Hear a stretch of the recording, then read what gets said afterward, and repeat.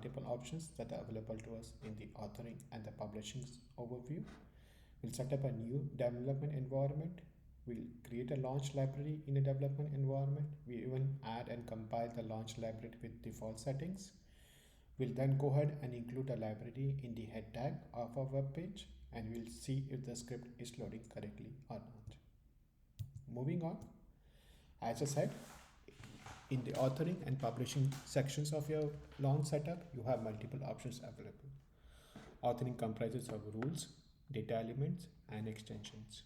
Rules help you to compile your data elements and extensions and add custom code so that your launch library can refer to it while loading the script. Data elements is nothing but a data dictionary of the various components that are available to you. Now if you see, I have added a page name data element in my launch setup. If I open it up, you will see that I'm referring the title attribute of my web page. This is because I'm using the data element type as page info. We'll be covering more of data elements in a separate video because it is very important for us to understand what is the data element and how do we refer it. Click on extensions and you will see you have an out-of-the-box core extensions which provides default event conditions and all data element types. Now if we click on catalog, we will see that we have multiple options available to add multiple scripts in the launch setup. Let's say if I want to add a Facebook pixel, I can just go and search for Facebook and I can add a Facebook pixel directly. If I want to add Google Analytics, I can go ahead and click on Google Global Site tag and that will add Google Analytics in my launch setup. Moving on, as we see publishing flow, environments and host. Now publishing flow is nothing else but an imitation of how a company does its web development. No company will directly go and push the code into the production side. There's always a development where developers work on creating different components that go in a web page. Then we have a staging where QA and other team members QA the script and then it goes into publishing. Launch has something similar. You will always have a development where your developers can work together with the web developers and set up launch the way it is supposed to be. We will have staging and then we have a production. Click on environments and you can see you have production, staging and development. Now if you click on add environment, you see you have an option to add multiple development environments. Now this is because you don't want one development team to be stuck for changes or waiting on changes because other development team is working on it. So you have an option to add multiple environments, but you have only one staging and one production. You click on select, you go and add a development environment name. Let's say if I want to give for the e-commerce team, I say development e-commerce.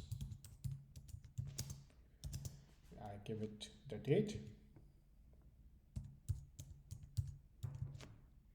I select the host and I click on save. Let's close this pop-up window for now. Now you see I have one development environment that is available for my e-commerce team and one which is available by default. Now if I click on publishing flow, I can go and add a library to into my launch setup. I have an option to add library by clicking on this drop down or clicking on the blue button. Click on add library, again give it a intuitive name. Let's say development version 1 24. Okay, now you have an option to select which environment you want to start working with. You have an option to add development which is out of the box or the e-commerce. I'll select out of the box. Now I can go and click on this drop down and save this environment to the local staging, or I can build the library. But before I go ahead and do that, I would like to add all the resources that are added into my launch setup. The resources are your data elements, extensions and rules.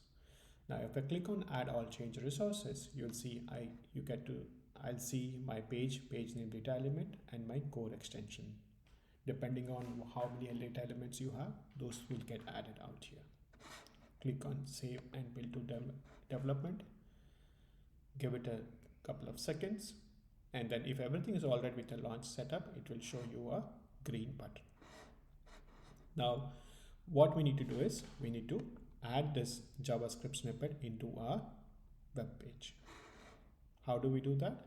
You open up the environments window, you click on the installed box, you get to see this web install instructions window. Always keep it as load library asynchronously unless until you really have a specific requirement to load the scripts in the way you integrate it in your web page. Click on this copy button, go to your web page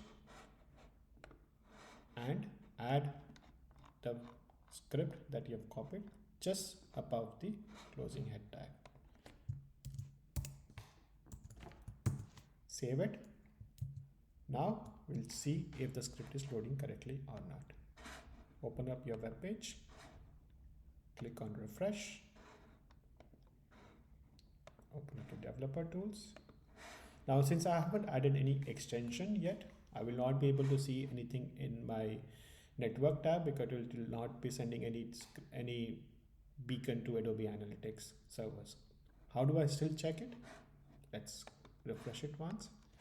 Just type _satellite, and if everything is working fine, you'll be able to see the different names of your different components or different elements that are available to you in the launch setup. If you see, this is my property name, and then it has got an ID and other elements that are available. With that, we close this video and we will see more in the next video. Thank you.